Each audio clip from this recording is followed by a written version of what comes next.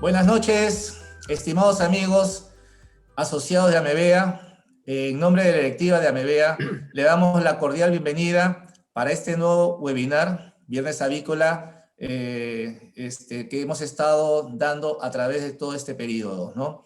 Para esta oportunidad vamos a contar con otro profesional peruano que está triunfando fuera del país. Ustedes recordarán de que una de las primeras personas o profesionales que estuvieron participando fue la doctora Rosana Sánchez, que habló sobre salmonela. Después estuvo Daniel Maecagua también. Y ahora vamos a contar con la participación del doctor Jorge Chacón. ¿Ok? Él ya ampliamente conocido también por ustedes. Voy a dar una breve descripción de su currículo. Él es graduado de San Marcos, Lima, Perú. Es máster en patología aviar en la Facultad de Medicina Veterinaria y Zootecnia en Sao Paulo. Tiene un PhD en patología aviar, Facultad de Medicina Veterinaria y Zootecnia, también en Sao Paulo. Y tiene un MBA en gestión empresarial. En su experiencia profesional, él empezó como sanitarista en Granja de Pollo Engarte, en Rinconada del Sur. Después fue profesor e investigador en el Laboratorio de Patología Aviar, Universidad Nacional Mayor de San Marcos, Perú. Investigador senior SEBA Animal Health en Hungría. Luego regresó a Brasil y empezó a ser gerente de investigación y desarrollo en SEBA Salud Animal Brasil. Después pasó como gerente técnico de avicultura y revisor de científico de revistas internacionales de virología y enfermedad de las aves. Es autor de más de 100 publicaciones en eventos técnicos, científicos y revistas científicas. Él nos va a deleitar con el tema Fundamentos para el control de la laringe traqueitis infecciosa. Si ya estás listo, Jorge Luis, para que puedas compartir tu presentación, te damos el pase y muchas gracias nuevamente por tu participación. Adelante. Ok, muy buenas noches a todos, amigos, colegas. Un gusto estar participando de un evento que desde estudiante también concurría, ¿no? Para poder actualizarme. Y aunque estemos conectados de manera virtual, reciba mis saludos, mis mejores deseos, que estén muy bien de salud. Bueno, quería agradecer a Amevea por la invitación, a ti Humberto. Siempre será un placer compartir los conocimientos, experiencias que vamos adquiriendo. La invitación hoy es para poder hablar sobre laringotraqueitis, un poquito para poder entender sobre mi experiencia. Yo comencé mis estudios de posgraduación justamente trabajando a nivel laboratorial con este virus. Tuve la oportunidad de estudiar el primer brote epidémico de esta enfermedad en el Brasil. Para ello desarrollamos varias técnicas de diagnóstico, varios estudios moleculares. Luego, en la empresa donde trabajo, tuve la oportunidad de trabajar con desarrollo de vacunas, evaluar las vacunas a nivel laboratorial. Y en los últimos 5 años, en la nueva función que tengo de gerencia de servicios técnicos, de atendimiento a los clientes en granja, he tenido la oportunidad, realmente lo digo, satisfactoria de complementar, ¿no? Una cosa es conocer el virus laboratorialmente, otro conocerlo a nivel experimental y otra muy diferente es conocer la enfermedad ya en granja, ¿no? Entonces, la propuesta para hoy va a ser resumir algunos puntos que yo creo importantes para poder entender la enfermedad, entender cómo debemos actuar frente a un desafío y también entender por qué muchas veces nuestras medidas fracasan, ¿no? Venimos trabajando con esta enfermedad desde el primer brote, como les digo, desde el 2004, y hemos tenido muchos casos de insuceso, ¿no? Por desconocimiento de la enfermedad, por desconocimiento del funcionamiento de las vacunas, ¿no? Pero es con mayor acceso a nuevas herramientas de diagnóstico, hemos conseguido dar una gran evolución, ¿no?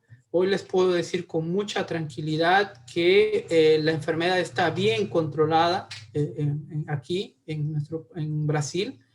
Claro, siempre van apareciendo nuevos brotes, pero les voy a explicar el motivo.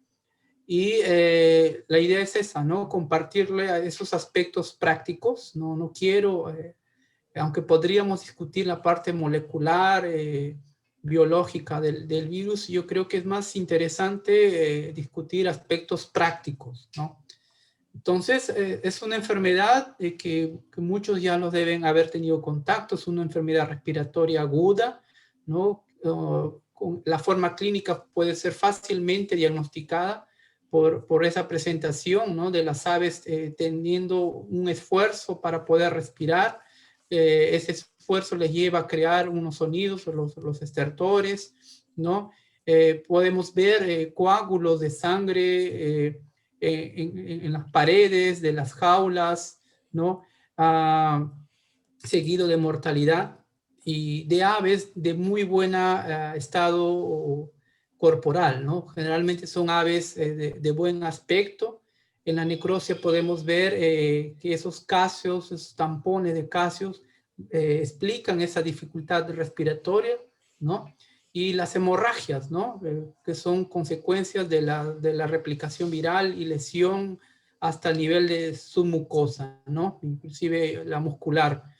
Y seguida por una mortalidad, ¿no? Que en nuestra experiencia aquí en aves de vida larga llegan a producirse hasta un periodo de 2 a 3 semanas, ¿no? Lo que hace dramático al enfrentar esta situación al granjero, porque a diferencia de tifo o de Newcastle, donde tenemos la mortalidad en pocos días, en laringotraqueitis podemos ver la mortalidad que dura muchas semanas, y esto hace mucho más dramático, ¿no? El granjero no se siente impotente de poder reaccionar ante este tipo de situación, ¿no? ¿Por qué es difícil eliminar, ¿no? La laringotraqueitis? Yo siempre digo que en una propiedad, en una granja, podemos llegar a eliminar totalmente el virus de bronquitis o el virus de Newcastle o la salmonela, el micoplasma. Se puede llegar a eliminar totalmente el agente de una granja, ¿no? Pero en el caso de laringotraqueitis no existe ningún caso en el mundo reportado en granjas de múltiples edades que hayan conseguido eliminar el virus, ¿no? ¿Y cuál es la causa, la principal causa de esta perpetuación del virus en las granjas de múltiples edades? Para ello tendremos que entender esta capacidad que tiene el virus de crear infecciones latentes. ¿Qué significa? A niveles de campo, ¿cómo ocurre? Y a ojos, no es posible observar, ¿no? Cuando existe una infección en un lote susceptible, ¿no? Gran parte de este lote va a llegar a enfermarse hasta, vamos a tener una mortalidad que varía entre 10 a 40%. Un grupo de aves no va a presentar signos, ¿no? Otro grupo de aves se va a recuperar, pero un porcentaje que la literatura describe entre el 2 al 10%, después de recuperarse van a mantener el virus en su sistema nervioso, ¿no? El virus está inactivo, pero está viable. ¿Qué quiere decir? Que cuando este grupo de aves pasa por un momento de estrés fisiológico, que puede ser otra enfermedad, ¿no? O mudanza climática, este virus del sistema nervioso se reactiva y este grupo de aves portadoras asintomáticas van a estar transmitiendo el virus para un nuevo lote, ¿no? Y de esta forma, este nuevo segundo lote va a ser la misma, va a pasar por el mismo proceso, y de esta forma el virus se va a perpetuar, ¿no? Porque no existe hasta el momento un método que nos permita identificar todas las aves portadoras. Si pudiéramos detectarlas, las eliminaríamos, pero como ellas existen en un porcentaje bajo, tendríamos que hacer monitorar pues la totalidad del lote, algo que es inviable, ¿no? Entonces, esta es la forma, ¿no? Recordando que es un herpes virus y los herpes virus tienen esa capacidad de crear latencia, ¿no? Y esa es la forma como el virus se está perpetuando, ¿no? Entonces, no existe eso de que tuve laringo y después lo eliminé, ¿no? Entonces, en aves de vida larga, ¿no? Podemos estar teniendo la enfermedad bajo control, pero sin duda existe una pequeña población que está manteniendo el virus en de forma latente y cuando existe un momento de descuido de la protección de los lotes, la enfermedad puede mostrarse nuevamente. Otro aspecto importante que debemos, que mucho no se daba atención necesaria era en relación al incremento de la virulencia, ¿no? ¿Qué significa esto, no? Es lo que nosotros llamamos la circulación silenciosa y no silenciosa del virus. En la forma práctica, ¿qué sucede? Muchas veces se sabe por literatura que existen virus de baja virulencia y virus de alta virulencia. Genéticamente y antigénicamente es el mismo virus, pero existen unas diferencias en cuanto a comportamiento y agresividad, ¿no? En el campo, ¿cómo veíamos esto, ¿no? Muchas veces monitorías casuales, ¿no? Encontraban circulación viral del virus de la laringotraqueitis, sea por PCR o por una serología, ¿no? Y no había presencia de signos clínicos. Y después de un periodo variable, se encontraba casos de laringotraqueitis clínica con altísima mortalidad, ¿no? Y muchas veces el granjero no entendía que esta situación, este virus de alta virulencia, era un virus que originalmente era de baja virulencia, ¿no? Entonces, muchas veces nosotros nos encontramos con situaciones donde había evidencia de circulación viral y el granjero, por no observar clínicamente el laringo, decidía no optar por ninguna medida de control y, y después de un momento se podía observar esta gran consecuencia, ¿no? Entonces después vamos a volver a hablar sobre esta situación, pero es algo que se ve mucho, ¿no? Entonces, nuevos brotes de la enfermedad no significa que el virus llegó en ese momento o una semana antes, ¿no? Muchas veces el virus ya está circulando de forma silenciosa, ¿no? Un virus de baja virulencia se propaga más lentamente, ¿no? Demora, no es como un coronavirus, como un paramyxovirus, él se disemina mucho más lentamente, ¿no? Entonces, nosotros ya hemos encontrado aquí en el Brasil, por ejemplo, regiones con circulación viral sin signos clínicos. Y nosotros advertíamos a los granjeros, tiene circulación viral, se tiene que tomar una medida, y muchas veces no se tomaba esas medidas, y a los pocos meses o a veces años explosionaban estos casos, ¿no? Y nosotros ahora entendemos muy bien que se originó por virus de baja virulencia. Y esto de aquí no es algo, ya está bien demostrado desde los años 90, ¿no? En este trabajo publicado en el año 95, justamente trató de mostrar cómo el pasaje del virus de baja virulencia, forma consecutiva en aves susceptibles, ¿no?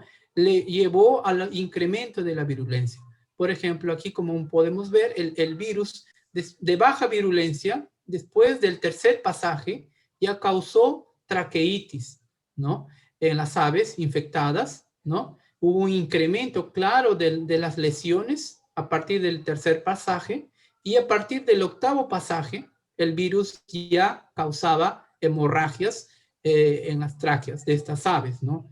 Y podemos ver que esta virulencia se mantuvo hasta los 18 pasajes, ¿no? Entonces es algo antiguo que muchas veces se pasó ignorado, ¿no? Y ya aquí la primera sugerencia, ¿no? No subestimen detectar virus, circulación, mismo en ausencia de signos clínicos, porque una cosa es controlar un virus de baja virulencia y otro cuando el virus ya está en su forma muy agresiva, porque además de agresiva, ya tenemos que entender que está ampliamente distribuido en los lotes de la granja. Bueno, basado en esos dos conceptos, podemos estar ya hablando de 4 escenarios, ¿no? Podemos tener nuestras granjas localizadas, negativas, sin circulación, localizadas en una región negativa. Estoy de acuerdo que en esta situación, de repente no es necesario pensar en un programa vacunal preventivo, ¿no? Eso ya es responsabilidad del veterinario evaluar la situación. Tenemos una segunda situación. Nuestra granja también puede estar negativa, pero estamos localizados en una región positiva. Entonces, en esta situación sí tenemos que actuar de forma para evitar que nuestra granja para que nuestra granja continúe siendo negativa, ¿no? Entonces ya es necesario tener mayores cuidados. Y la tercera opción sería ya nuestra granja estar positiva, ya haber circulación viral, puede ser baja, ¿no? Y obviamente localizada en una región positiva, ¿no? Donde existen cuadros clínicos. Y el cuarto escenario sería el peor de todos, cuando nuestra granja ya tuvo laringotraqueitis infecciosa clínica, y ahí la situación de control, ¿no? es mucho más difícil y lleva más tiempo, ¿no? Entonces son 4 escenarios y yo aquí en Brasil ya he visto las cuatro situaciones, y nuestra parte de nuestra responsabilidad es hablarles sobre los riesgos, ¿no? Cada situación merece medidas diferentes. Bueno, algo que también poco se conocía es sobre las formas clínicas, ¿no? La forma que es fácil de diagnosticar clínicamente es la forma severa, aquella que causa mortalidades arriba del 10%, que es fácil de diagnosticar en el campo porque los signos son patognomónicos, ¿no? Esa falta de aire, esa disnea, esos coágulos, presencia de coágulos de sangre en la tráquea, ¿no? Esta situación ocurre normalmente cuando el lote no tiene nada de inmunidad, no tiene baja inmunidad, y existe también otros agentes patógenos también participando de este cuadro, ¿no? Entonces, los cuadros más severos de laringo que yo he visto son lotes que eran positivos a bronquitis infecciosa. Entonces, son dos amigos que hacen un caos en los lotes cuando se encuentran juntos. Pero también existe la forma suave, ¿no? Que en los últimos años algunos profesionales como el doctor Jingay hablaba sobre la forma suave, y algunos trabajos también mostraban, ¿no? Una traqueitis leve, y nosotros hemos podido identificar también aquí con auxilio de diagnóstico laboratorial esta situación, porque en este caso de la forma suave no se ve los coágulos de sangre, no se ve alta mortalidad, puede pasar confusa con una bronquitis o con un neumovirus, ¿no? Hay siempre conjuntivitis, pero no hay grandes mortalidades que pueden ser confundidas con un manejo de ambiente, y esto ocurre cuando la inmunidad es parcial, ¿no? O el virus que está circulando no es altamente virulento, o no existe algún otro patógeno coinfectando los lotes, ¿no? Entonces, quería llamar la atención, ¿no? Por estas formas suaves. O sea, cuando tengamos un cuadro respiratorio leve, sin cuadros de hemorragia, vale la pena siempre también monitorar e incluir a laringotraqueitis dentro del diagnóstico diferencial, ¿no? Sabiendo que existen varias otras especies que sirven como portadoras, ¿no? Experimentalmente o de forma natural se ha demostrado que existen otras especies no comerciales que también sufren de la infección. Algunos presentan signos clínicos, otros no, pero al final todos son potenciales transmisores de este virus. Quería compartirles aquí un poco sobre el impacto, ¿no?, de la enfermedad. Estos números tal vez pueden modificarse rápidamente porque estamos en una situación que está incomún. El problema de la pandemia por el COVID ha modificado enormemente los costos de producción, pero quería aquí tal vez mostrarle que el impacto depende mucho del momento de la enfermedad, de los signos clínicos. Una cosa es tener un brote en levante, otro es tener en producción. El costo de la ave es diferente, lo sabemos todos, ¿no? Y podemos ver las principales causas de pérdidas económicas, ¿no? Primero, la cantidad de huevos que se van a dejar de vender, ¿no? Entonces es un lucro, es un dinero que no lo vamos a ver, ¿no? El ave tiene un costo, ¿no? Tener una gallina de 100 días que se muere tiene un precio, ¿no? La inversión, los gastos por medicación, desinfección, que normalmente se hacen para disminuir la circulación viral, ¿no? Entonces podemos saber ahí, estos valores están en dólares, sobre cuánto puede llegar a costar un brote en un lote de 100,000 gallinas con un promedio de mortalidad de 18%. Eso es en ponedoras. Aquí les quería, este es un cálculo que hicimos en una empresa. Justamente en esta empresa habíamos detectado circulación viral en ausencia de signos clínicos. La empresa decidió no tomar ninguna medida preventiva, ya que entendía que era un virus de baja virulencia. En un transcurso de 11 meses se presentaron los primeros brotes, ¿no? Y aquí nosotros hicimos, y sabemos, ¿no?, quien ya tuvo la enfermedad sabe que la enfermedad llega e infecta a varios lotes simultáneamente, ¿no? Entonces esta empresa tuvo problemas en lotes de levante y de producción. Esta empresa relató 18% de mortalidad por laringotraqueitis, ¿no? Podemos ver ahí cuánto fue el prejuicio económico en lotes de 100,000. Es una empresa grande. En la época, enero del 2020, el dólar estaba, eso era la cotización del dólar, ¿no? Y aquí podemos ver que este brote, ¿no?, llevó a una mortalidad que al final significó que la granja produzca, no llegue a producir 8 millones de huevos, ¿no? Al cambio, significó una ganancia bruta, neta, que la empresa dejó de recibir, ¿no?, $262,000 por causa de ese brote en un único lote, ¿no? A partir de ese momento, la empresa comenzó a usar 3 vacunas vectorizadas, que aquí podemos ver el costo. Claro, varía mucho de país para país, de vacuna para vacuna, ¿no? Y el cálculo que que la empresa con ellos hicimos fue que si él hubiera decidido implementar un programa preventivo, ¿no?, antes que la situación se complique, antes que entre el virus, ¿no?, él hubiera invertido prácticamente 100 veces, es decir, lo que le hubiera costado vacunar 100 lotes de forma preventiva, ¿no?, él equivale a lo que él perdió en un único lote por laringotraqueitis, ¿no? Entonces, económicamente ustedes pueden ver que no, viendo de esa forma, esta inversión se paga muy fácilmente, ¿no? Y nadie quiere sufrir, ¿no?, de laringotraqueitis, porque como dije, en granjas de múltiples edades entra el virus y él se queda ahí, ¿no?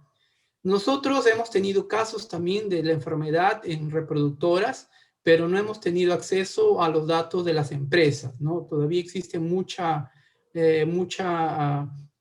miedo de estar mostrando los desafíos en reproductoras. Y lo que quiero mostrarle aquí es una simulación de un caso real que ocurrió en una empresa de Colombia. Nos pasaron los datos. El brote en lotes de 50,000 gallinas llevó también una caída de la producción de huevos, con ello una reducción de la producción de pollitos de 18%, y aquí ustedes pueden ver el impacto, ¿no?, en dólares. La mortalidad de 20%, podemos ver aquí $146,000, podemos ver aquí el impacto por esos pollitos que dejaron de nacer, que no se produjeron debido a esa caída de producción. El lucro cesante, ¿no? Esos pollitos que dejaron de ser producidos por estas gallinas que murieron. Podemos ver aquí el impacto de un desafío a las 30 semanas para lotes de 50.000 aves, más de $500.000 de dólares, ¿no? Entonces, no, es inviable, ¿no? Pensar en tener lotes de reproductoras sin nada de inmunidad, ¿no? El impacto es gigantesco. Esta es la cosa, sí, es ¿Qué? cuando puedes así, ya le tomas captura. Para que se vea. Perdón. Tiene que apagar su micro, por favor.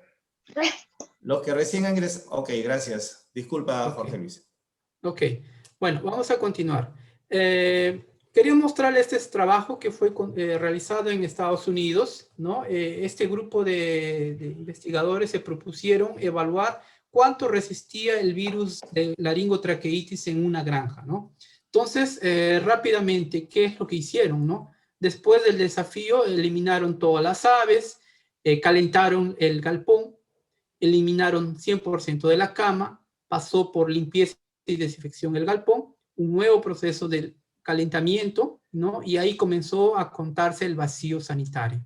Y después de finalizado el último calentamiento, se fue buscando virus de laringotraqueitis en el ambiente, ¿no? Y aquí están los resultados. Como ustedes pueden ver, a partir del día 35 se fue buscando muestras para ver presencia del virus de laringotraqueitis y ellos encontraron el virus hasta 43 días después de finalizado el último calentamiento del galpón.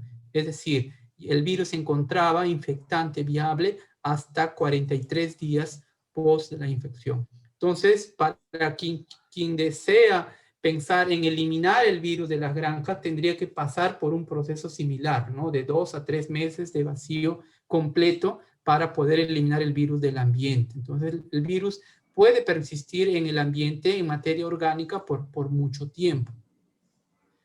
Sobre las formas de transmisión, y esto lo pueden encontrar en material, no, yo no quiero redundar, pero sí quería llamar a la atención a que ya han sido identificadas las dos formas más comunes de contaminación, ¿no? A través de la cama contaminada de una granja y a través del transporte de aves positivas al camal, ¿no? Infelizmente aquí hemos podido ver cuando casos de laringotraqueitis en pollos, cuando comienza la mortalidad, infelizmente la decisión por la presión es mandar rápidamente los pollos al camal antes que se mueran, aumente la mortalidad, ¿no? Y con eso se está contaminando no solamente las vías de acceso, sino también el camal, y recordar que ese mismo camión a veces va para otras granjas y de esa forma va llevando el virus, ¿no?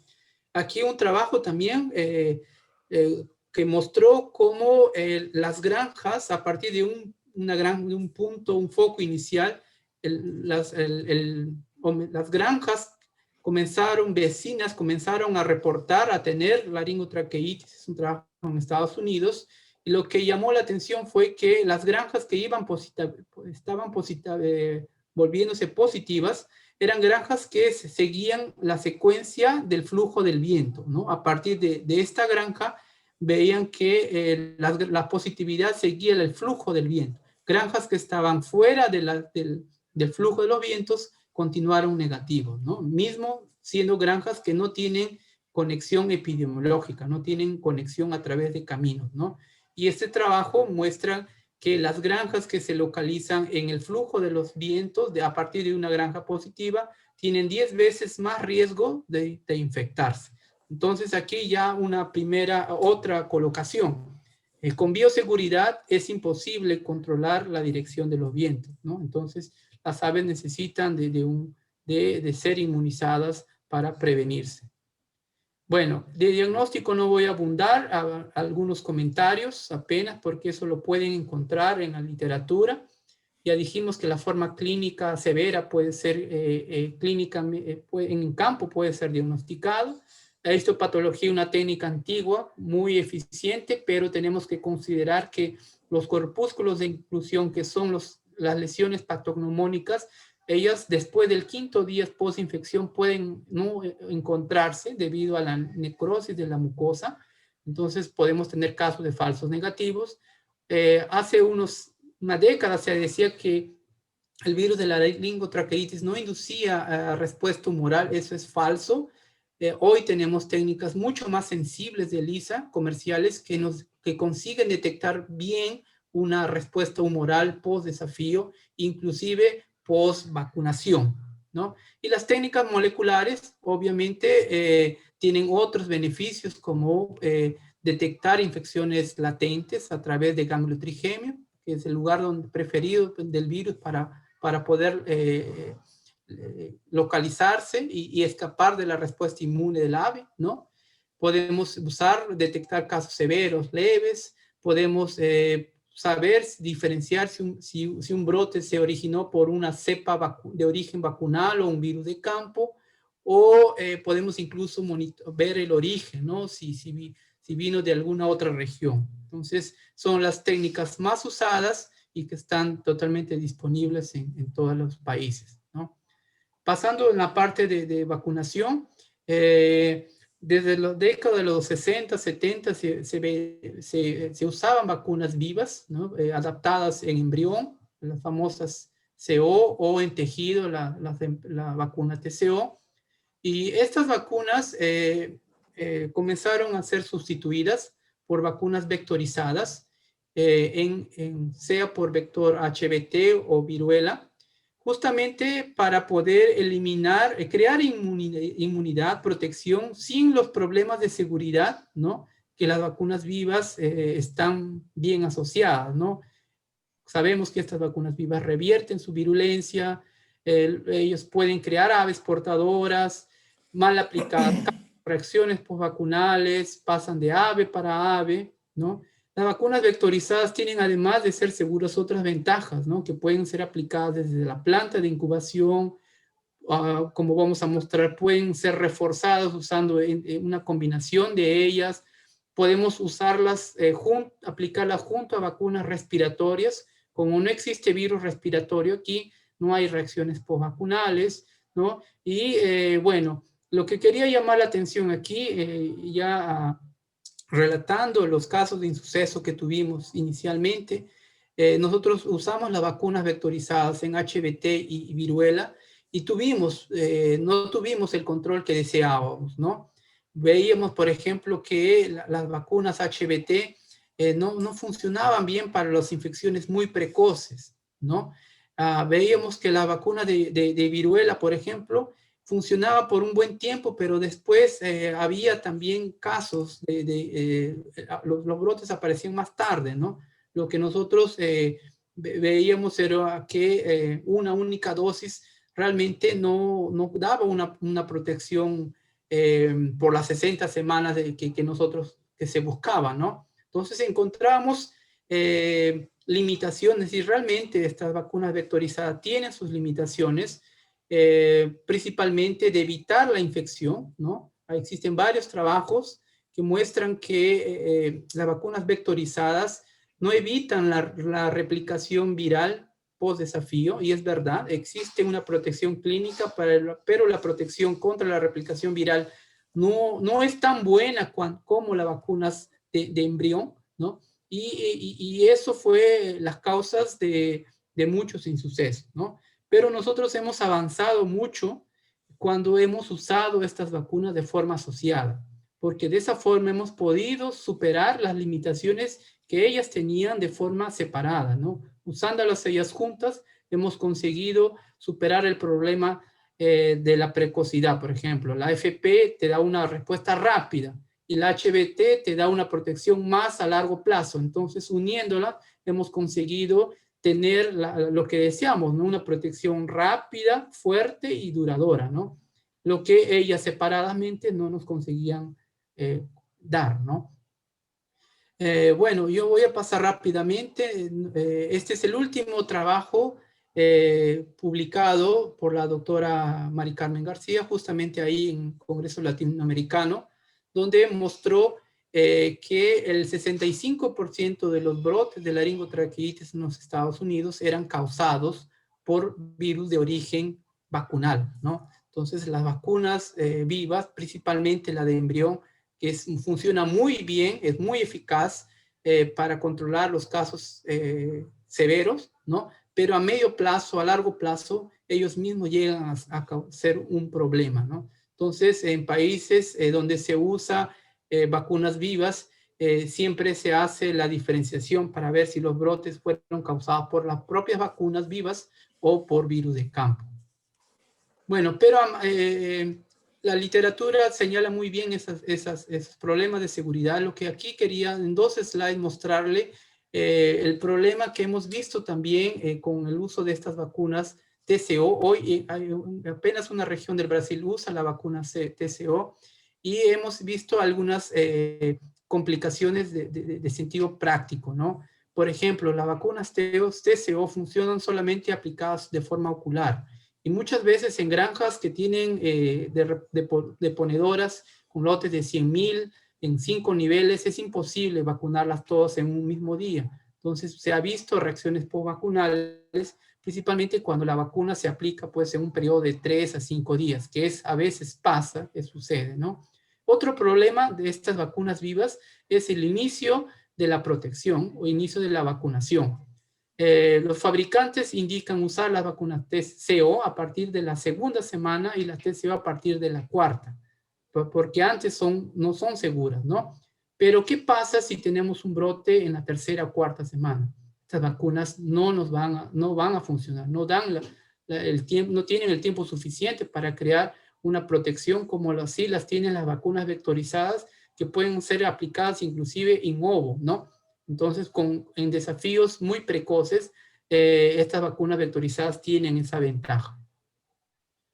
Bueno, y otra dificultad práctica que se ve con las vacunas vivas es el hecho de diseñar un programa. Por ejemplo, aquí en postura, en las ponedoras, tenemos que poner por lo menos 3 vacunas vivas de bronquitis, 3 vacunas vivas de Newcastle, 1 o 2 neumovirus, 1 o 2 micoplasma, y a eso tendríamos que adicionar las 2 vacunas vivas de laringo. Entonces, vemos que es inviable, ¿no? Dejar 2 semanas de intervalo entre aplicación y aplicación porque nos van a faltar semanas, ¿no? Y muchas veces se sabe muy bien que existen interferencias, ¿no? El virus de la laringotraqueitis interfiere contra neumovirus, neumovirus también interfiere con bronquitis y Newcastle y así, ¿no? Entonces, muchas veces en forma práctica es una dificultad muy común, ¿no? Bueno, ya les dije que con las vacunas vectorizadas, ellas inicialmente no fueron muy eficaces para poder conferir protección, ¿no? Gracias a técnicas serológicas modernas, aquí destaco el laboratorio IDBET, que disponibilizó 3 kits de ELISA. La primera que detecta anticuerpos de cualquier proteína viral, ¿no? Y es usada hoy en día para el diagnóstico. Pero además existen también kits de ELISA que detectan apenas anticuerpos para una proteína, la proteína I, y sirve para poder monitorar la respuesta vacunal de las vacunas con glicoproteína I, ¿no? Y otro kit que se dirige a detectar anticuerpos contra la proteína B, que es la más indicada para monitorar las respuestas serológicas de las vacunas que contengan esta proteína B, ¿no? Entonces, esta disponibilidad de técnicas serológicas nos han permitido hacer varias pruebas controladas para ver cómo funcionan las respuestas, ¿no? Sabemos que la inmunidad principal es de tipo celular, pero una respuesta humoral también nos puede dar algún nivel de información. Nosotros hicimos varios trabajos controlados y nosotros verificamos usando estos kits específicos, por ejemplo, lo que yo les había mencionado al inicio, ¿no? La vacuna vectorizada de viruela te dan una respuesta humoral rapidísima. A partir de la 2ª semana ya podemos ver títulos de anticuerpos en hasta 95% de las aves. Ya las vacunas, las 2 vacunas disponibles para HBT, ellas te dan una respuesta más tardía, ¿no? Entonces, como le dije, las vacunas HBT son protectivas más a largo plazo, en cuanto que la viruela te da una respuesta mucho más rápida, ¿no? Sabiendo de esas limitaciones y sabiendo cómo funcionan ellas, nosotros diseñamos varios protocolos para justamente prolongar, tener una respuesta inicial fuerte y que se prolongue durante todo el ciclo productivo, ¿no? Y ahí teníamos también algunas otras alternativas, ¿no? Hoy sabemos que hoy tenemos en el mercado una única vacuna de viruela y tenemos por lo menos 2 vacunas HBT de laringo, ¿no? Y hace exactamente 2 a 3 años, exactamente hace 2 años, nosotros comenzamos a pensar de cuál sería la estrategia más protectiva, ¿no? Usando esta combinación. Para ello tendríamos que entender, ¿no?, que una vacuna crea inmunidad contra la proteína DI y la otra HBT contra la proteína B, ¿no? Entonces, y la de viruela contra la proteína B. Entonces, inicialmente nosotros tratamos de evaluar si era más importante crear inmunidad contra 3, 4 proteínas o crear inmunidad contra una, pero más fuerte, ¿no? Porque estas vacunas nos daban esa opción, ¿no? Y la idea era aumentar el nivel de protección, ¿no? Todos nosotros sabemos que existe la respuesta a la revacunación, ¿no? Tiene la función de aumentar ese nivel de protección, ¿no? Pero la pregunta era, si yo hago la preinmunización para la proteína DI y después hago el refuerzo con B, ¿será que voy a tener esta respuesta, ¿no?, de segunda intención, ¿no? Y nosotros hemos visto que no existe, ¿no? Porque una vacuna induce protección contra unas proteínas y la otra contra otra proteína, ¿no? Entonces, eso nos direccionó a evaluar, a hacer nuestras evaluaciones pensando en esos aspectos. Bueno, para montar un programa eficaz, tenemos que tener varios criterios, ¿no? No es simplemente copiar el protocolo del vecino, ¿no? Realmente nosotros no trabajamos con un protocolo padrón, ¿no? Nosotros intentamos evaluar la situación epidemiológica de cada granja. Para ello tenemos que saber, es fundamental saber a partir de qué edad se están infectando los lotes, cuál es el nivel de desafío, ¿no? Si existen otros agentes descontrolados, ¿no? Una cosa es montar un programa para laringo cuando el lote es negativo para micoplasma y bronquitis, y otra cosa es cuando hay estos agentes están descontrolados, ¿no? También es importante verificar la relación epidemiológica en la granja, es decir, si la cría, el levante, la producción están todas juntas, están separadas, ¿no? Eso también es importante conocer para poder diseñar un programa preventivo, ¿no? Entonces, de forma práctica, nosotros que hemos visto, cuanto más temprano los lotes se infectan, mucho más difícil va a ser el control. Vamos a necesitar mayor número de vacunas, mayor esfuerzos y mucha más paciencia para poder controlar, ¿no? No eliminar, controlar el virus de nuestras granjas. Entonces, cuando alguien me comenta, tengo laringo, la primera pregunta que hago es, ¿a partir de qué edad se presentan los cuadros clínicos?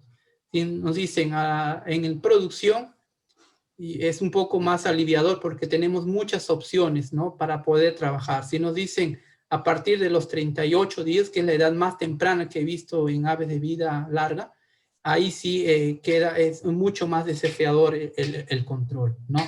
Entonces, con las vacunas vectorizadas, por ejemplo, con HBT y viruela, podemos tener, como ustedes pueden ver, muchas opciones, ¿no? Y dependiendo, y nosotros hacemos las sugerencias dependiendo del nivel de desafío, ¿no? Si el nivel de desafío es bajo, es medio, elevado, muy elevado, ¿no? Ya que tenemos la opción de trabajar con las vacunas en planta de incubación, en granja, ¿no? Solamente las vacunas de viruela se pueden usar en granja, pero como podemos ver, podemos tener varias opciones de uso, ¿no? Podemos poner ellas separadas, las podemos poner juntas, ¿no? Desde el primer día en la planta de incubación, podemos poner hasta, los voy a mostrar enseguida, podemos hacer varias revacunaciones con viruela, ¿no? Entonces podemos ver que existen varias opciones, ¿no? Pero, de nuevo, no es interesante comenzar con un programa súper cargado, ¿no? Tenemos que ir evaluando la necesidad. Hemos visto granjas que han resuelto su problema de laringo severo con 2 vacunas, otras con 3, otras con 4. Y otra cosa, también iniciar con 4 no significa que va a pasarse toda la vida trabajando con 4 vacunas. Se puede llegar a reducir, también hemos visto que se puede realizar eso, ¿no? Para ello hay que tener un trabajo sistemático, ¿no? De control de aplicación y control de los otros agentes, ¿no? Entonces, aquí solamente para mostrarles cuáles son los programas más comúnmente usados en aves de vida larga. En pollos, la viruela, justamente por lo que les decía, que da una respuesta rápida, pero en aves de vida larga podemos tener programas con 2 dosis, ¿no? Con HBT en el incubatorio, la viruela en campo. Podemos tener programas con 3 cuando es necesario, ¿no? Cuando tenemos desafíos muy, muy precoces, podemos usar las 2 vacunas en incubatorio y un refuerzo en campo. Podemos tener protocolos con 4 dosis vectorizadas. Aquí vean la segunda opción, la segunda revacunación en granja de 10 a 11, cuando tenemos los desafíos en levante, y 14 a 15 cuando el problema está más en la fase de producción, ¿no? Entonces, existen granjas también que se necesitan de hasta 5 vacunas vectorizadas. Bueno, aquí para poder comentarles otro aspecto que tal vez fue una pregunta, una duda en Perú. Aquí había mucha incredibilidad sobre si una vacuna de viruela al primer día podría funcionar. No siempre había la duda, ¿será que funciona? Y nosotros realizamos una prueba haciendo la vacunación al primer día y otro grupo al 4.º día, y hicimos la evaluación de la respuesta serológica con esos kits de IDVET, y nosotros pudimos ver que las respuestas serológicas fueron muy similares, ¿no? Tanto el grupo vacunado al primer día como a las 4 semanas indujeron títulos elevados, ¿no? Inclusive los vacunados al primer día dieron un título mayor, estadísticamente no significativo, pero se mantuvo un poco más alto que las aves que fueron vacunadas a las 4 semanas. Este trabajo y otros nos mostraron que realmente es posible y es efectivo usar la vacuna de viruela al primer día. También había dudas sobre la revacunación, ¿no? Este trabajo realizado experimentalmente por el Dr. Jin Gai en la Carolina del Norte nos abrió los ojos realmente, porque se creía que no había, revacunar contra viruela no funcionaba. ¿Qué nos llevaba a pensar ello, no? Que tal vez ustedes lo han visto, que cuando hacemos una segunda vacunación contra viruela, la lesión en la asa, en la membrana de la asa, es mucho más leve, ¿no? Entonces eso nos llegaba a pensar que la primera vacuna interfería con la segunda. Aquí en este trabajo, el doctor Jin Gai aplicó la vacuna de viruela al primer día, otro a los días 28 y un tercer grupo al 1.º y 28 días, ¿no? Y por técnicas serológicas, él mostró cómo que después de la segunda vacunación hubo un efecto que se vio con un aumento de títulos serológicos, ¿no? Tanto para el inserto laringo cuanto para el vector viruela, ¿no? Para boba, para viruela también hubo una segunda reacción, una segunda respuesta. Entonces esto nos permitió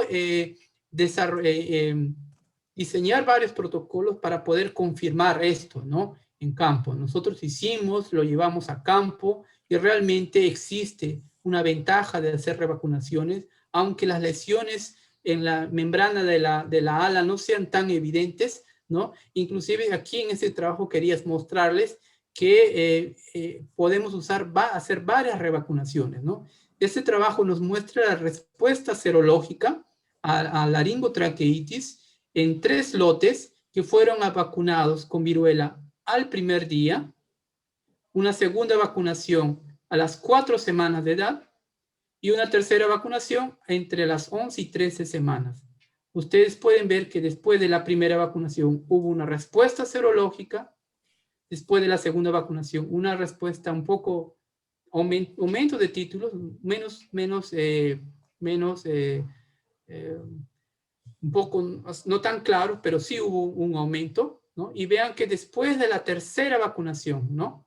Como los títulos se dispararon, ¿no? Inclusive en algunas aves, el lector de Lisa dijo, mostraba que era el título máximo, que no se podía más graficar o indicar un número, ¿no? Entonces, estos trabajos nos llevaron a aplicar esta información en el campo, ¿no? Y nosotros hemos comprobado que sí existe un efecto benéfico de hacer las revacunaciones. Bueno, aquí, bueno, era solamente para graficar, voy a pasarlo muy rápidamente, lo que yo les decía, ¿no? Cuando hacemos a la revacunación contra viruela, la lesión de la segunda aplicación es más leve, ¿no? Es más suave comparado a la primera aplicación, ¿no? Como podemos ver aquí, en el grupo de aves que recibieron una preinmunización, ¿no? Contra viruela, se obtuvo una pega, ¿no?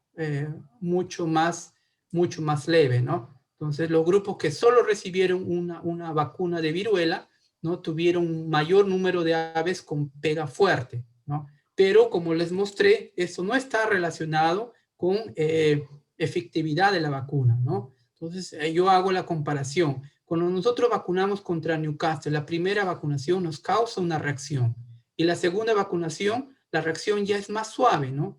Y no significa que la segunda vacuna no está funcionando, ¿no?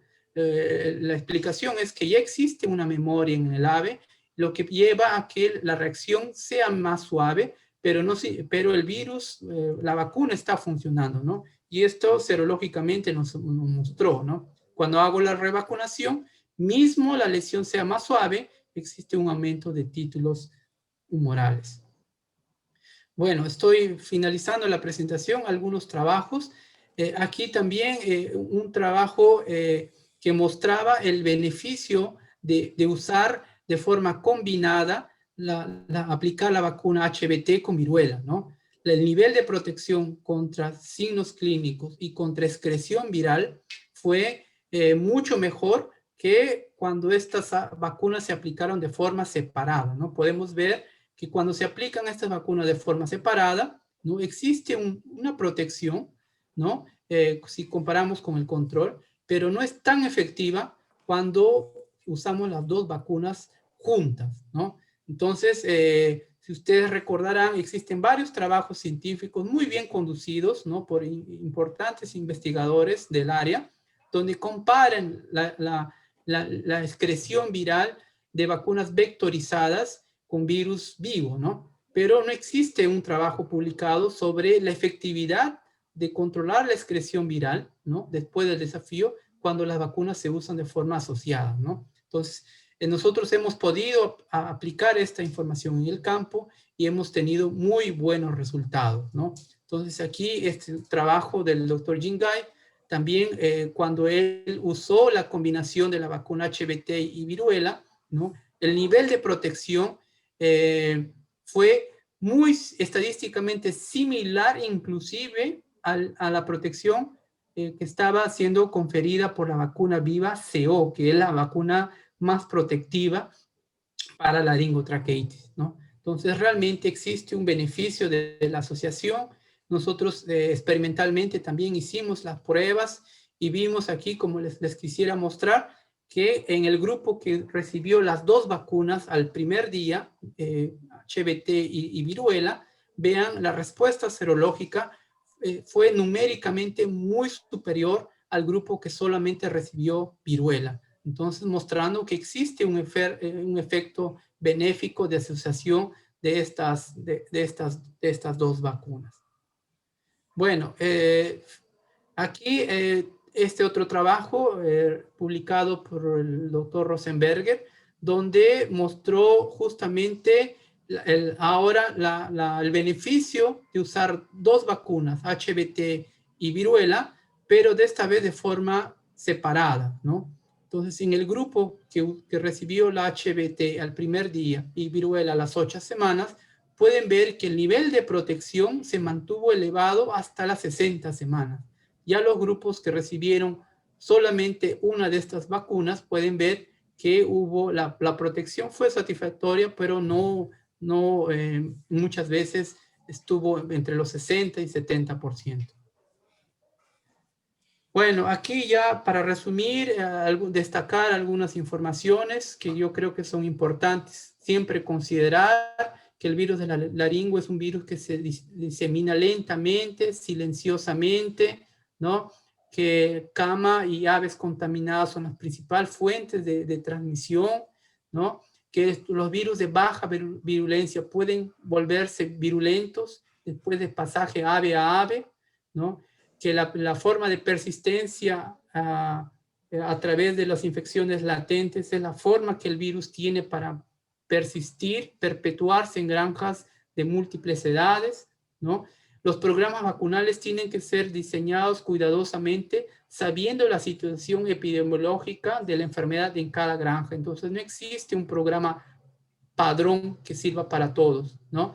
Las vacunas vivas, como esto ya está bien descrito en la literatura, tienen problemas de seguridad, pero además existen otras complicaciones de forma práctica que no están en los libros, pero les quise comentar. En aves de vida larga, ¿no? Reproductoras y ponedoras, tenemos que tener un programa que nos dé una protección rápida, fuerte y también prolongada, ¿no? Esto no lo vamos a conseguir con una única vacuna vectorizada, ¿no? Entonces tenemos que montar un programa con combinaciones, ¿no? La revacunación prolonga la protección, como les mostré con estos trabajos, ¿no? La revacunación con viruela en granja también mostró, nos ayudó a resolver casos donde se necesitaba una protección duradora y fuerte en algunas situaciones, ¿no? La aplicación simultánea, ¿no? Los últimos trabajos que les mostré, también poco estudiados, poco publicados en la literatura. No encontré ningún trabajo científico, pero nosotros hemos visto en campo y experimentalmente que existe un beneficio de asociar y en algunas situaciones es necesaria, ¿no? Tener una ave bien protegida desde la 3ª semana de edad. Entonces, en estas situaciones se puede usar esta aplicación simultánea de las vacunas vectorizadas en planta de incubación. Bueno, yo al inicio les mostré, ¿no? Cómo era un cuadro de laringotraqueitis de una ave no vacunada. Y para finalizar quería mostrarles, ¿no? Cómo se comporta una gallina brasilera, ¿no? Bien protegida contra laringotraqueitis, ¿no? Entonces, no es una gallina de Neymar ni de Ronaldinho, pero ahora podemos decir con mucha satisfacción que es posible controlar muy bien los casos severos de laringotraqueitis sin necesidad de vacunas vivas. Entonces, muchas gracias por el tiempo, por la atención. Nuevamente, gracias a MEVEA, especialmente a Humberto por la gentileza de la invitación. Y bueno, estamos disponibles caso hubieran preguntas o comentarios. Muchas gracias. Muy bien, muchas gracias a ti, Jorge Luis. Realmente muy excelente tu presentación, excelente tu presentación. Ya hemos dado pase para que hagan sus consultas a través del chat, ¿correcto? Pero quería hacerte algunas consultas o algunos comentarios. he visto que en tus presentaciones has colocado que la combinación de las vectorizadas, tanto viruela como Marek, están dando buenos resultados, pero has colocado en ponedoras, reproductoras y pollos. Considero que en pollos probablemente sea en la zona de alto desafío. Sí, Humberto. Aquí los pollos de carne casi no se vacunan, ¿no? Okay. Las empresas han decidido optar por la eliminación total de los lotes, ¿no? Entonces, no tenemos muchas experiencias sobre laringotraqueitis en pollo. Hemos tenido, sí, lo hemos tenido en regiones donde cerca de mi región, por ejemplo, el foco afectó 6 empresas y las 6 empresas juntaron y decidieron dejar de criar pollos por 3 meses en esa región, ¿no? Y entonces las empresas han decidido evitar, deciden eliminar los lotes. Tenemos casos donde sí se ha vacunado y las informaciones que yo tengo de otros países es que no existe necesidad en el pollo de carne de 2 vacunas vectorizadas, ¿no? Con una es suficiente porque 2 es cuando el desafío es muy temprano y cuando necesitamos una protección bien larga, ¿no? Por 60 semanas, ahí sí es necesario usar 2, ¿no? Pero en el pollo de carne, una vacuna es suficiente. Correcto, Jorge. Bueno, me has hecho recordar cuando recién apareció la enfermedad de laringotraquitis infecciosa acá en el Perú, ¿no? Y tuvimos la oportunidad, algunos de los que visitamos en el Atlanta, en el IPE siguiente, posterior a la presentación de laringotraquitis, tuvimos la oportunidad de conversar con el doctor Pedro Villegas, ¿no? Y bueno, él nos dio dos posibilidades, ¿no? Sin vacuna y con vacuna. Y sin vacuna dijo lo mismo que tú has dicho, ¿no? Y lo mismo que están haciendo algunos granjeros en Brasil, ¿no? O sea, si te llega, vende y deja descansar la granja o los galpones por una campaña o 2 campañas y ya no debería entrar. Lógicamente que probablemente por las condiciones que tenemos acá en el Perú, eso no se ha hecho, ¿no? Y lo que habló fue de las vacunas, ¿no? Que una de las mejores es la embrión de pollo, pero que definitivamente necesita unas condiciones especiales para que se puedan realizar, lo cual no se está haciendo acá. El SENASA solamente dio la libertad para importar vectorizadas. Y por otro lado también acá en ponedoras y reproductoras están usando la doble vacunación, ¿no? Tanto la de Marek y la de LT. Y en algunos casos también están usando oleosa para laringotraqueitis. Quería saber si en Brasil han tenido esta experiencia de también usar una oleosa de laringotraqueitis. No tuvimos disponibilidad y tampoco ningún laboratorio trabajó en esa opción. Se tuvo acceso, ¿no? Porque los programas vacunales también aquí se definen a través del gobierno, ¿no? Y la poca información que se tenía de una vacuna inactivada, oleosa, disponible en el Asia en la década de los 70, 80, que no había funcionado, y tal vez eso no llevó a otras empresas a animarse a trabajar con ese concepto. No hay disponibles vacunas oleosas aquí. Ok, gracias Jorge. Bueno, ya están llegando preguntas. La primera pregunta, doctor, bueno, excelente conferencia. Mi consulta es conocer cuál de las glicoproteínas en las vacunas de vectorizadas de Marek son más inmunogénicas. Bueno, tenemos 13 glicoproteínas de superficie, ¿no? Aquí cada fabricante, ¿no? Con su grupo de investigación se ha dedicado justamente a evaluar cuáles son las proteínas más inmunogénicas, ¿no? La conclusión que yo he visto en los trabajos independientes que justamente esas seleccionadas para las vacunas, ¿no? La proteína B, la proteína D, y son realmente las que muestran mayor respuesta, ¿no? Por eso que han sido justamente seleccionadas para fabricación de vacunas vectorizadas, ¿no? Y justo aprovecho el momento para hacerles un comentario, ¿no? Nosotros hemos visto que vacunas vectorizadas de Newcastle, por ejemplo, HBT, ellas funcionan muy bien a partir de dependiendo del fabricante, entre tercera o sexta semana en adelante, funcionan muy bien. Se puede proteger ilimitadamente el lote, ¿no?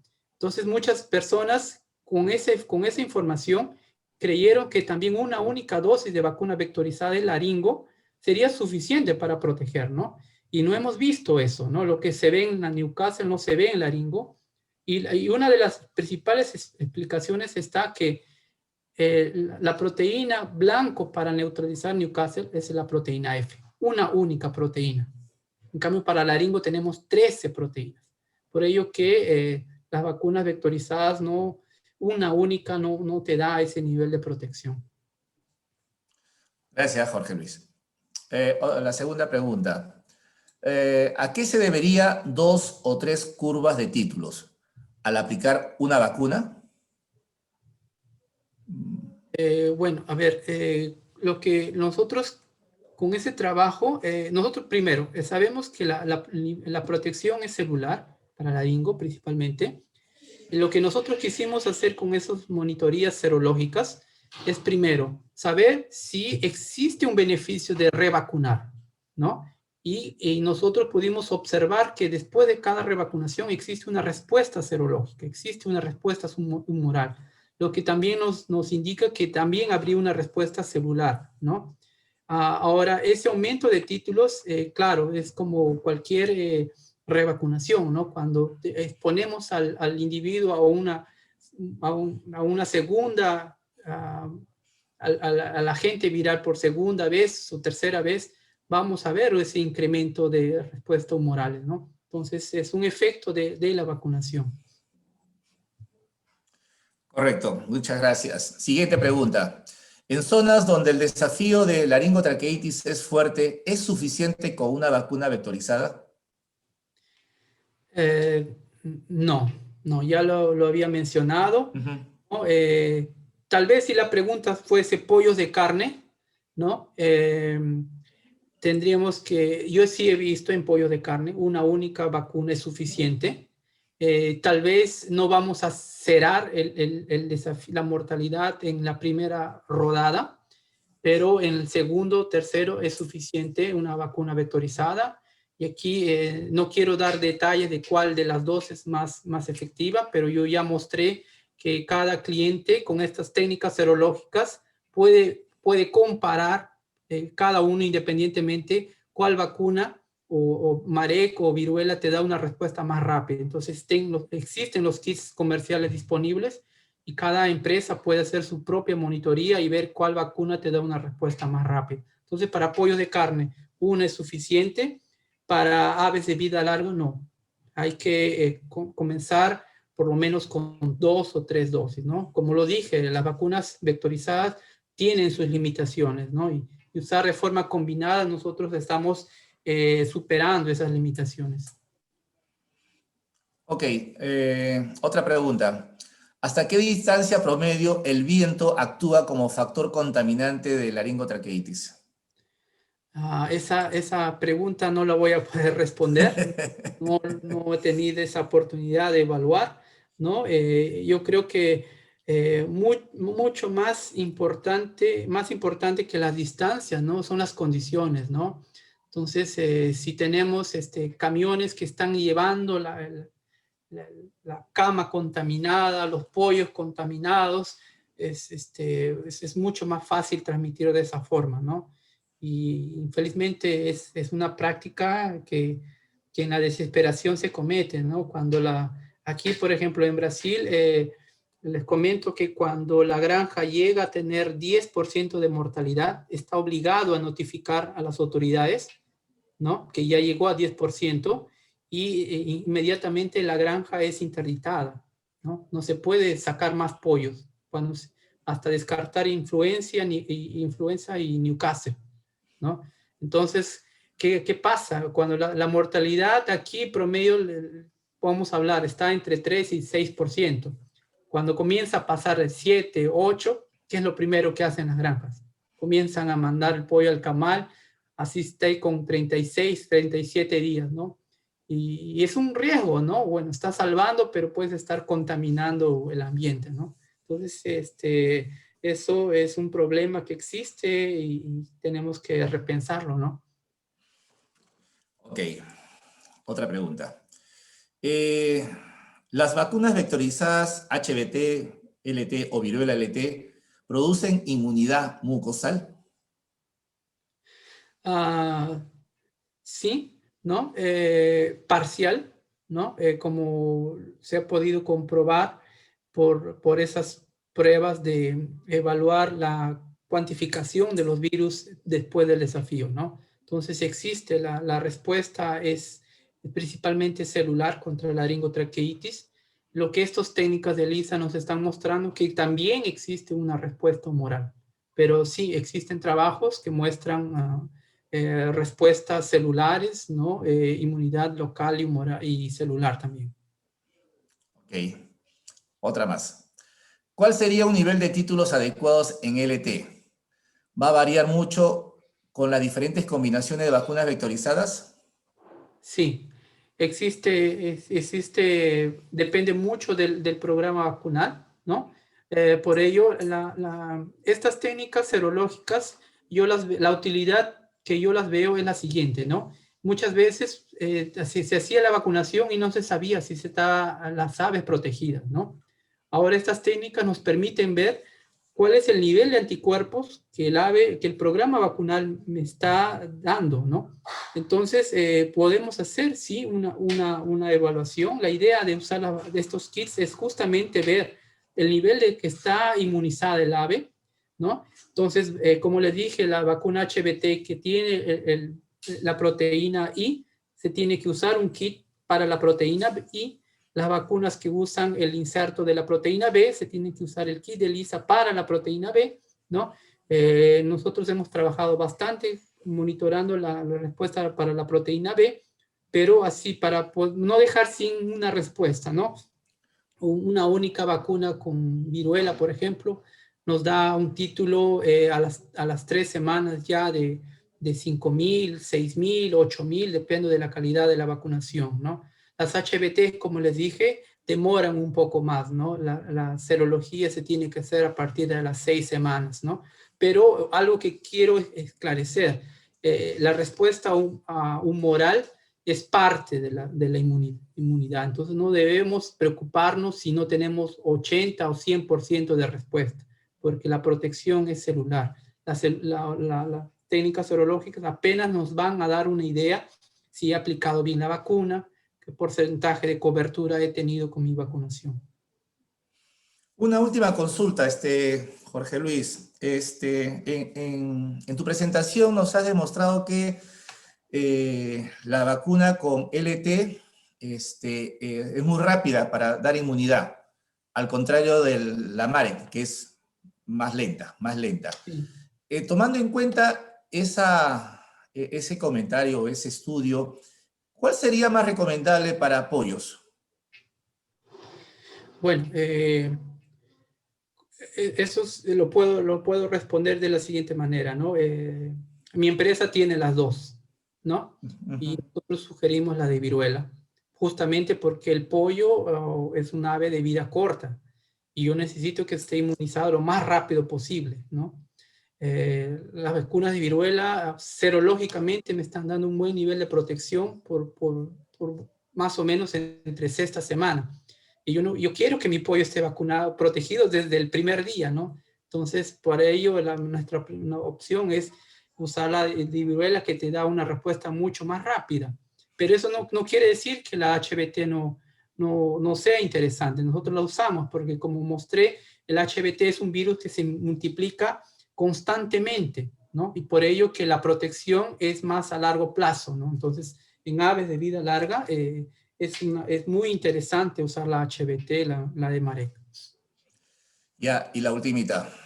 Bueno, acá la respuesta que vas a dar sería en cuanto a principios activos, ¿no? Porque la pregunta es, aparte del tratamiento térmico, ¿qué desinfectante recomendaría para la erradicación de laringotraqueitis? Lógicamente Sí, no vamos a decir marca, pero podrías decir los principios, ¿no? sí.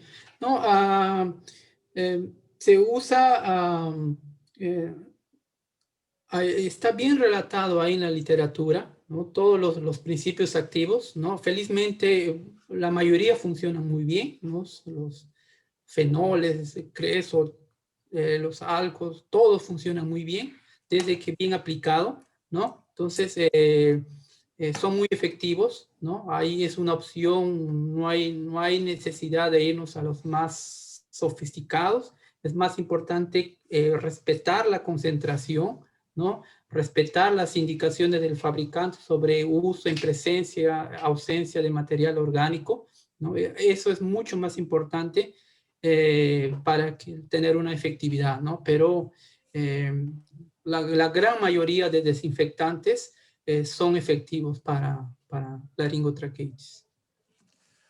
Ok, Jorge Luis. Nuevamente, muchas gracias. A nombre de la directiva de AMEVEA, te agradecemos profundamente por tu participación con tu presentación sobre la laringotraqueitis. Y bueno, nosotros tenemos la costumbre, para que no se extrañe tanto las charlas presenciales, nuestra asistente va a abrir los micrófonos y los videos para que podamos darte un aplauso. Muchas gracias, Jorge. Muchas gracias. Gracias. Gracias. Hay varios que no se han dormido, Humberto. Qué bueno, qué bueno. Entonces no estuvo muy aburrida la charla. No, al contrario. Ese es un tema de actualidad. Es un tema de actualidad y lógicamente que la gente está interesada en actualizarse y bueno, tener todos los conocimientos apropiados, ¿no? Nuevamente, muchas gracias por tu participación. Esperamos contar contigo nuevamente. Y para todos los asistentes, nuevamente, muchas gracias por su tiempo. Recuerden que el próximo mes tenemos el seminario AMEVEA, el 11º seminario, y el 9º Expo AMEVEA, que va a ser de esta manera virtual. Esperamos que sea la única y la última seminario de forma virtual. Ya están inscribiéndose bastantes. Recomendamos de que no esperen hasta el último momento para inscribirse, porque si normalmente en la presencial siempre ha sido contraproducente inscribirse a las finales, de la manera virtual también va a ser de la misma manera. Así que les recomendamos que vayan ya inscribiéndose con tiempo, porque ya falta un mes ya, un mes nada más, y ya está todo preparado para que puedan participar de este seminario. Igualmente te hacemos la invitación también, Jorge Luis, para que esté con nosotros en este seminario. Nuevamente, muchas gracias, Jorge Luis, muchas gracias a todos los asistentes. Espero que tengan unas buenas noches y un buen fin de semana. Y estamos a la próxima. Nos veremos en el seminario de AMEVEA. Muchas gracias nuevamente. Hasta luego. Gracias. Saludos y cuídense. Igualmente, igualmente. Ok. Adiós. Ya, ok.